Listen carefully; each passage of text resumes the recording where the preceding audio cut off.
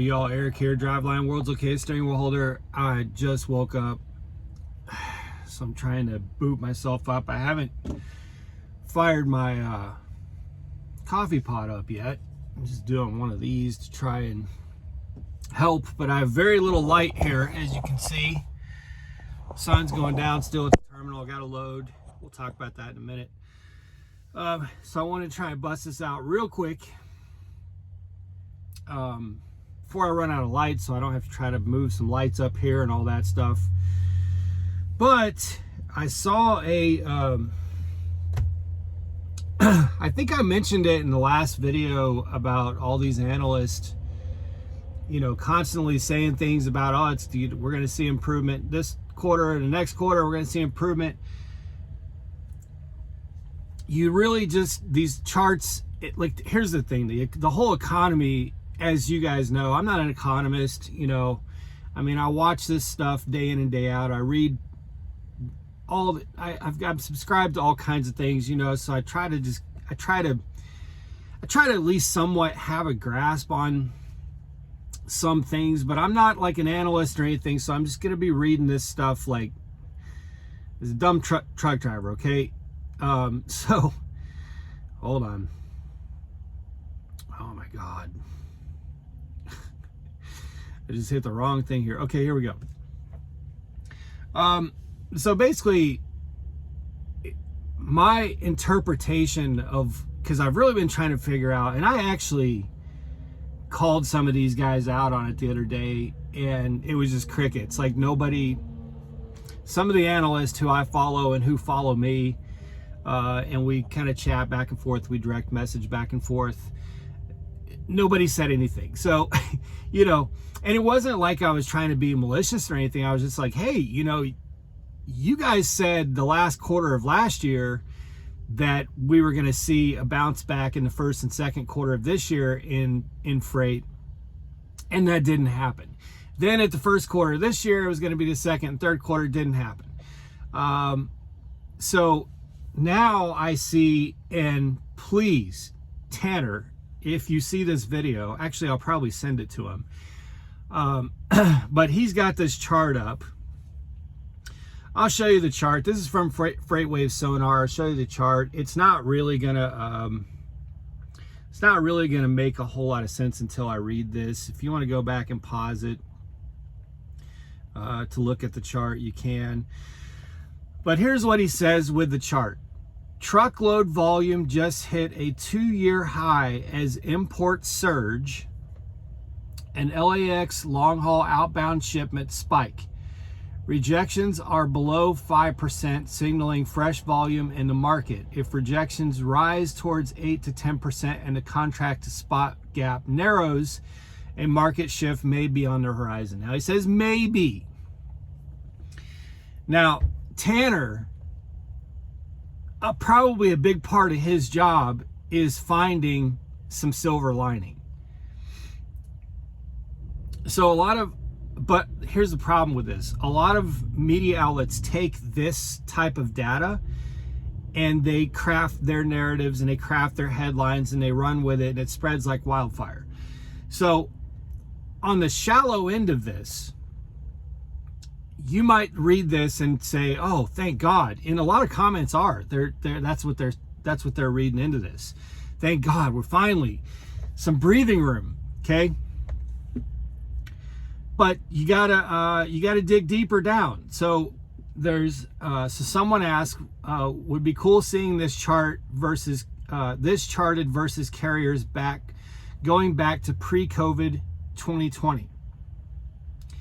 Okay, then Tanner responds, I got you. This explains the problem, doesn't it? There were 250,000 carriers pre-COVID, and the volume index was at 15,000.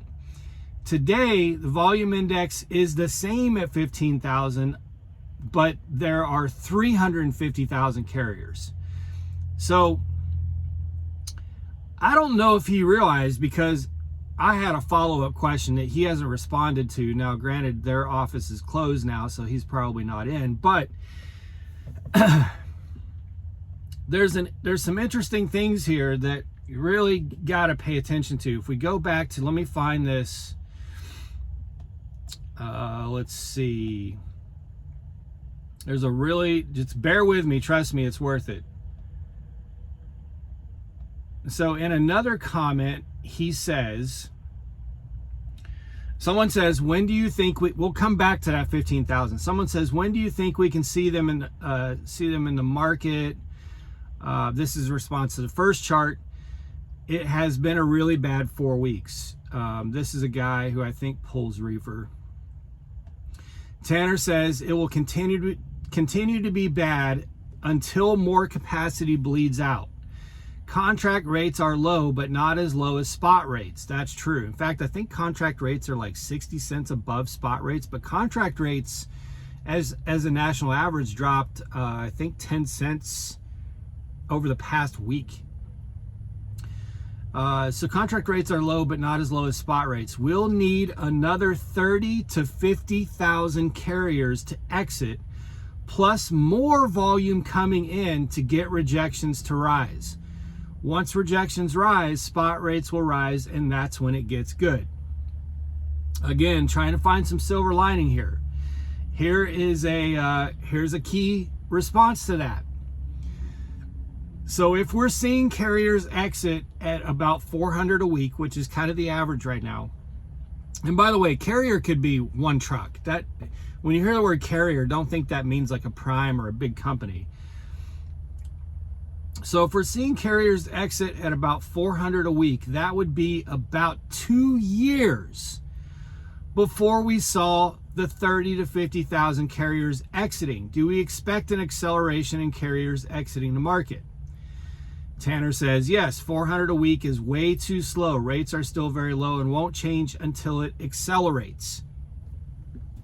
So you take everything that I just said into account and try to paint yourself a picture there. The reason I've got red in the back is because this is not a good picture. This is really, really bad, you guys. It's basically the two things that have to happen. And this is at the current pace of carriers exiting the market. 30 to 50,000 more carriers have to exit the market, and volumes have to increase. Okay? But if we go back to the chart that I asked a question on, let me find that other chart for you. Let's see. Here's the other one, because I don't think I showed you guys this chart. Here's the other one. It's probably not really helpful to put it like this on the screen. But in this chart, he says volume index at the beginning of 2020 was 15,000. Today, volume is the same at 15,000. My question to him was, what does it say about the economy that volume index is the same now as it was almost 5 years ago? Think about that for a second. So, when you look at the volume of freight being shipped, there's been zero growth in the volume of freight being shipped since before COVID. No growth, none whatsoever. So that's a broader economic issue. So for the few of you who somehow are believing the pipe dream that the economy's better now, there is no better evidence than the fact that the volume index for freight was 15,000 at the beginning of 2020, and it's 15,000 now. That is zero growth in volume. That's zero growth in TVs, food, all of it. Flatbed freight, all of it. Almost 5 years have passed, and there's not been any growth in the amount of freight shipped. But we went from 250,000 carriers to 350,000 carriers, and that's because during COVID, everybody had money, and everybody was spending money like crazy, and they were buying like crazy, so we had this false increase in volume, and now it's fallen back down to where it was before COVID. But there's been no growth, so no organic, natural growth in volume being shipped. But there's way too many trucks, and in fact, there's so way too many trucks that it could, at the current pace, take 2 years for that to flush out, for the rejection tender rate to go up to 8 to 10%. Plus the other part that he said, which is that you also have to see an increase in volume, but there's no increase in volume. So in other words, the way I read this is that we're in the situation we're in for at least another year. At least. Because there is no way at 400 carriers falling out per week that we're going to reach that 30 to 50,000 carriers exiting the market over the next year. I mean, unless it doubles, and I guess that's possible. I guess it could. That would be like, that would just be crazy, but it's possible. So the number of carriers exiting, sorry, my alarm went off. That was my wake up alarm. The number of carriers that are exiting weekly has to double for the next 12 months in order to beat that 2 years and cut it down to a year. Just doesn't seem likely to me. But in conjunction with that, or alongside in unison with that, the economy has to get really good. The volume of freight shipped has to increase substantially. In other words, everybody has to buy a lot more TVs. There has to be a lot more construction. Everybody has to buy a lot more beer, a lot more pharmaceuticals, a lot more food. I don't see that. I don't see that. So some of the smartest people in the industry are telling us exactly what has to happen in order for there to be improvement in freight. And they're laying out basically a one at best case scenario year vision, and what is more likely to be at least 2 years. So this is why in the last video, when I was talking about why I stay at Prime,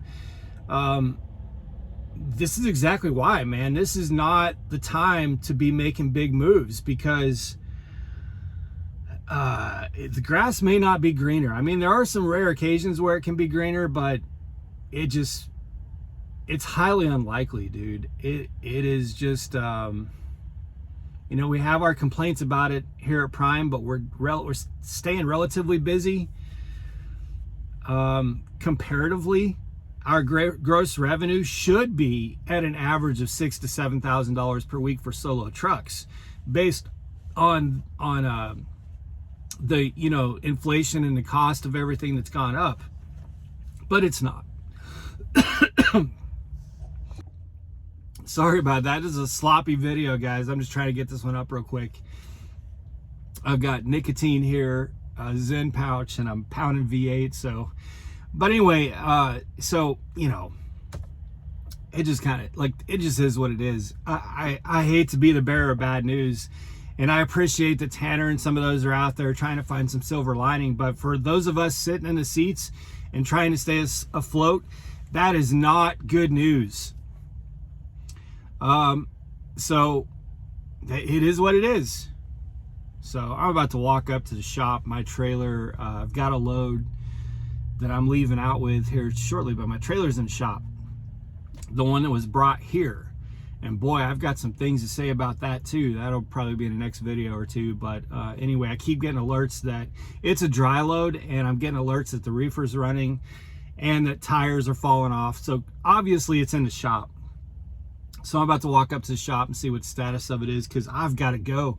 Like, I have to leave with that thing within the next hour if I'm going to get it the 600 miles it has to go tonight. I'm not happy about that at all. It was supposed to be here this morning, and let's just say the driver was not motivated. We'll just put it that way for now. So now, instead of breaking it up into a short drive and a long drive, I'm just gotta, like, we're barely gonna make it, but we're gonna try to make it as long as it comes out of shop within the next hour.